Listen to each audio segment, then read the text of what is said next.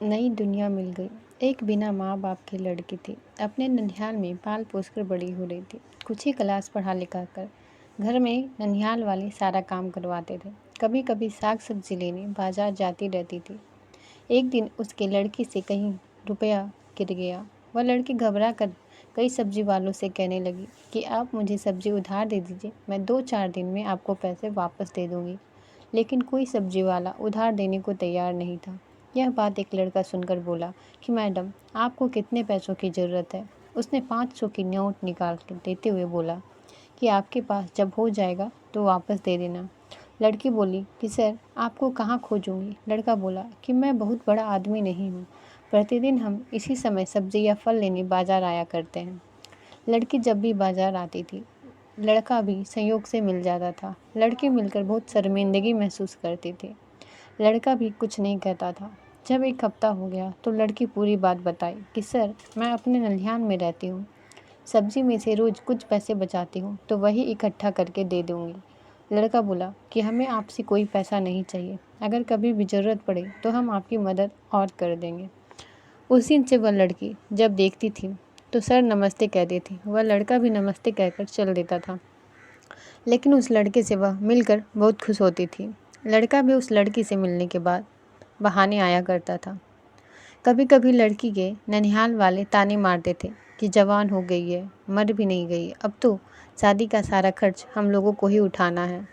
एक दिन उस लड़की ने उस लड़के से बोला कि सर, क्या आप अपने घर झाड़ू पोछा मारने के लिए मुझे रख लेंगे? हमें अब ननिहाल में घुटन महसूस होता है। लड़का हंसते हुए बोला कि ठीक है, हमको अपने मम्मी पापा से पूछ लेने दीजिए। संयोग देखिए, वह एक ज़रूरी काम से बाहर चला गया। लड़की जब भी बाजार आती उसी लड़के को उसकी नज़रें ढूंढती थी। वह लड़की निराश हो गई। किसी ने शिकायत भी कर दी। सब्जी लेने के बहाने किसी लड़के से मिलती है। अब रोज़ ननिहाल वाले प्रताड़ित करने लगे थे। लड़की उब कर मन में सोच ली कि आज अगर वह लड़का नहीं मिला तो आत्महत्या कर लूँगी। अजीब संयोग देखिए, उस दिन वह लड़का तब तक दिखाई दे दिया। लड़की उस लड़के को देखकर अपने आंसुओं को रोक न सकी और नम आंखों से बोली कि सर, आप कहाँ चले गए थे?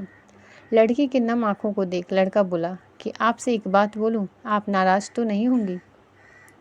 लड़की कहेगी सर बोलिए। लड़का बोला कि क्या आप मुझसे शादी करेंगी? कोई दबाव नहीं है। यह सुन लड़की फफक कर रोने लगी। लड़का हाथ को बढ़ाते हुए गले लगा लिया। वह खुद अपनी आंसुओं को रोक न सका। लड़की को ऐसा लग रहा था कि दुनिया ही मिल गई। लड़के ने कहा कि कल अपने हम मम्मी पापा को लेकर आपके ननिहाल आएंगे। हमें कुछ नहीं चाहिए, बस लोग आपको ताने ना मार सके। आपने घर से भागकर शादी की है। घर सबको जाकर बता देना। फिर भी लड़की कुछ नहीं बताई। अचानक एक बहुत कीमती कार खड़ी होती है। उसमें से वह लड़का व उसके मम्मी पापा निकलते हैं। लड़की के ननिहाल वाले चौंक गए। वह बोले कि आप सब लड़के के मम्मी पापा? बोले कि आज की भांजी का हाथ मांगने आए हैं। हमने बहुत मुहूर्त निकाल कर सब इंतज़ाम कर लिया है। आप केवल लड़की लेकर आ जाना। हमारे बारे में अगर जानकारी करना चाहते हो तो पता कर लेना। शहर का सबसे बड़ा रईस हूँ। मुझे कुछ नहीं चाहिए। हमारे लिए दुल्हन ही दहेज है। लड़के के मम्मी पापा अपने सारे खर्च से बड़ी धूमधाम से विवाह किया। वह लड़की ससुराल पहुंचकर घर में अपने सास ससुर के मरते वक्त तक बहुत सेवा व देखभाल की।